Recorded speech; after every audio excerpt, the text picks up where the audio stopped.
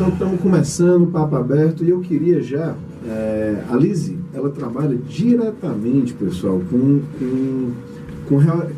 é que chama? Reorientação de carreira, né? Com planejar a carreira das pessoas.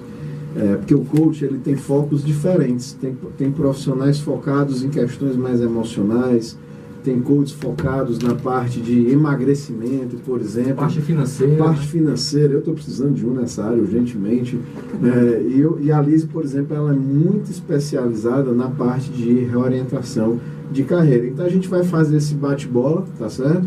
Mas eu queria já começar fazendo uma pergunta para ela, que tem dados, vamos dizer assim, bem mais concretos, que eu trabalho com isso também, mas ela é mais, vamos dizer assim, ela tem mais bagagem, vamos dizer assim, nessa área, ela atende mais clientes nessa área. Então, Liz, eu queria começar te fazendo uma pergunta, tá? Hoje, dia 21 de janeiro de 2017, né? Como é que você avaliaria, de forma geral, o nível de satisfação das pessoas com as suas vidas profissionais, com as suas carreiras? Marcelo, assim, é muito comum, isso que você falou, a reorientação hoje em dia ela é muito mais comum do que a própria escolha, né, da profissão. Eu costumo dizer que a gente escolhe a nossa profissão muito cedo, porque a gente termina o ensino médio e geralmente já faz a escolha da faculdade, enfim, já começa a trabalhar. E muitas vezes a gente se questiona e se pergunta, né, será que eu estou fazendo a coisa certa? Principalmente porque a gente muitas vezes não tem o real conhecimento do que aquela profissão proporciona para a gente. Seja em termos de atividade, do dia a dia, né, de disciplinas que a gente precisa cursar, de conhecimento que a gente tem que fazer. Então, acaba que é muito comum hoje em dia, inclusive hoje a minha atuação como coach, como orientadora de carreira, ela é 100% reorientação. Pessoas que já fizeram a primeira escolha, 100% reorientação. Gente, eu só fazer uma intervençãozinha aqui para a Liz voltar. Olha como isso é sério, tá? A gente tem, culturalmente falando, um cenário onde as pessoas, onde eu, você, tomamos decisões, nesse caso profissional, uma decisão muito séria, muito cedo, tá certo? Eu particularmente, nesse ponto é bom essa minha característica, eu não tenho problema nenhum em voltar atrás numa decisão tomada. Entrei na engenharia, não quis mais, larguei, fiz administração, terminei, aí depois fiz psicologia. Eu não tenho problema, mas tem pessoas que me parece que ao tomar uma decisão, né, ficam engessadas naquela decisão. Então assim, já para Liz, antes da Liz já voltar falando disso, eu já digo, gente, sempre dá para recomeçar. Sempre dá para recomeçar. O que não dá é para você ficar infeliz com o que você está fazendo, tá? Aí, perdão, Liz, pela interrupção, continua aí falando. Eu posso contar a minha história, quando eu fui escolher a minha profissão? Sim. Pode. Eu fiz os testes vocacionais na escola e eles deram para a área de ciências humanas, psicologia, pedagogia, ciências sociais, etc. Mas eu há um tempo atrás, eu queria ser da Marinha, porque eu achava linda aquela farda, né, que aparecia na televisão. Eu não imagino. O meu deu para jogador de futebol, mas não ia dar para fazer aquele moicano do Neymar, eu desisti. Assim. Enfim, então eu achava lindo pela vestimenta. E aí depois, como eu usei aparelho a vida inteira, a minha adolescência toda, eu queria fazer vestibular para odontologia. E até o meio do meu terceiro ano, eu queria fazer odontologia. Mas assisti, na época, o colégio convidou alguns profissionais da área e ele levaram um dentista que levou vários slides, assim, de umas bocas, gente, sem noção. Na hora desistiu de ser. Desisti. Foi aquelas imagens, assim, umas bocas, uns dentes pretos, umas coisas bem feias, exatamente, que me fizeram realmente desistir. E aí veio todo o processo de olhar para aquela avaliação que eu tinha feito inicialmente e verificar das profissões que eu tinha tido mais habilidade, né, identificar aquelas que eu gostaria de fazer. E aí veio a escolha da psicologia, né, mas desde cedo a psicologia, eu tinha esse viés mais da área de recursos humanos, que é onde eu atuo há mais de 15 anos, hoje com foco maior também em orientação profissional, né, e o coaching. E é interessante porque, assim, todas as pessoas quando chegam para mim, assim, no consultório, vêm com uma extrema insatisfação.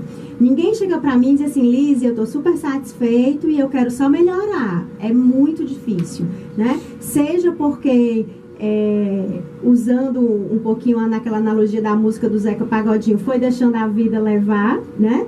Ou seja, porque realmente está extremamente insatisfeito. Assim, ano passado, acho que umas 5 pessoas que eu atendi, mais ou menos, já eram a 3ª faculdade que estavam buscando, né? Porque fizeram uma, não atuaram, fizeram a 2ª, não tinham se realizado e estavam buscando uma 3ª possibilidade de carreira para ver se realmente se encontravam. Então, é muito mais comum do que a gente imagina essa dúvida em relação à carreira. Uma coisa que me ocorreu agora, nesse momento, né, dessa tão falada crise, né, acho que é a palavra que mais se fala hoje. A crise, ela tem potencializado ou tem diminuído essa insatisfação? A crise tem feito, que para mim particularmente, eu lembro quando eu mudei de carreira, foi por conta de um problema que eu tive que baixou o meu ganho. Já outras pessoas, eu imagino, podem pensar assim, não, já que está todo mundo desempregado aí, só aumentando aí, então deixa eu ficar aqui mesmo. Então, assim, a pergunta é, a crise tem potencializado a insatisfação ou tem diminuído? Ou seja, você está ganhando mais dinheiro com a crise, está atendendo mais gente ou está tendo menos cliente por causa da crise? Eu não vou atrelar a crise, tá? Mas o que eu tenho percebido? Que nesse momento de redução de ganho, principalmente, ou de ameaça que a crise proporciona aos profissionais que estão recolocados, né, no mercado, as pessoas começam a pensar nos seus planos B de carreira, que é o que eu costumo dizer que a gente sempre precisa ter. Eu sou psicóloga, sou administrador, sou gerente comercial, mas eu sei fazer bolo, eu faço brigadeiro, eu faço trabalhos manuais, eu sei administrar redes sociais, eu sou criativo, então eu vou fazer alguma coisa nesse sentido. Então, acaba que nesse momento de crise, essas habilidades, as pessoas estão buscando mais, inclusive a gente até falou sobre isso no nosso último programa, né, assim, sobre os talentos, que era o nosso grande foco, né, tentando descobrir mais esse talento para colocar em prática e ser uma fonte alternativa de ganho. Porque o que acontece? Às vezes o seu plano B vira plano A. Às vezes você está lá trabalhando, não necessariamente satisfeito ou não, mas por desse contexto de mercado, você, né, é desligado da empresa e agora, né? Até porque, assim, o mercado não está tão aquecido, né? A gente vê algumas oportunidades, mas são oportunidades mais no contexto operacional, administrativo. As remunerações não são remunerações como há 2 anos atrás, né? Então, isso a gente acaba tendo um complemento de renda. E o que eu vou fazer para complementar a minha renda? E aí vem a identificação dos seus talentos, a identificação das suas habilidades e das áreas que você, até então, às vezes ainda não teve a oportunidade de atuar. Ou coragem, né? Olha, isso é muito interessante, ressaltando o que a Alice falou. Eu estava fazendo uma pesquisa, no final do ano passado, 90% dos brasileiros já estavam pensando no plano B. Como, de alguma forma, fazer sua renda aumentar, ou que os salários realmente baixaram para algumas categorias, ou as pessoas perderam o emprego, né? Eu estava vendo aqui também um número que suspeita que existem 22 milhões de desempregados no Brasil. Ou seja, 10% das pessoas que poderiam estar trabalhando não estão trabalhando. Isso influencia em muitas coisas, não é?